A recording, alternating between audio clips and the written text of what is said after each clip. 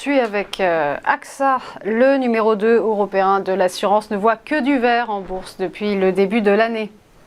C'est ça, et là on a eu une forte accélération. On était aussi sur une valeur qui évoluait dans un triangle, donc une zone de contraction, d'hésitation, mais là on n'était pas sur un support, on était sous une résistance, sous des plus hauts de février 2023, et donc depuis plusieurs semaines on contractait sous cette zone-là, et là à compter de mardi dernier, on a cassé ce niveau-là, on a clôturé au-dessus des 28,5 et l'on accélère très fort. Alors tout ça est très positif et effectivement tout est vert et tout semble indiquer que la valeur pourrait se diriger dans les prochaines journées en direction des 30 voire des 30,6. C'est une possibilité.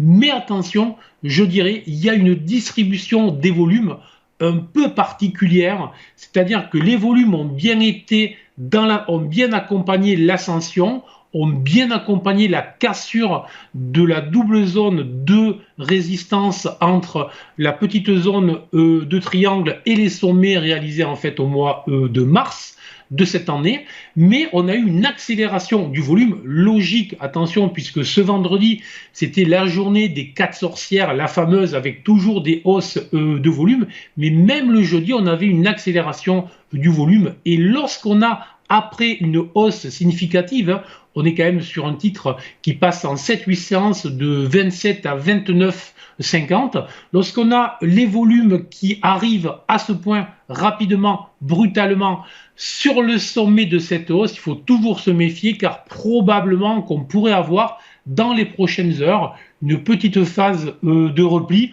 avant de se diriger vers les objectifs que je vous annonçais.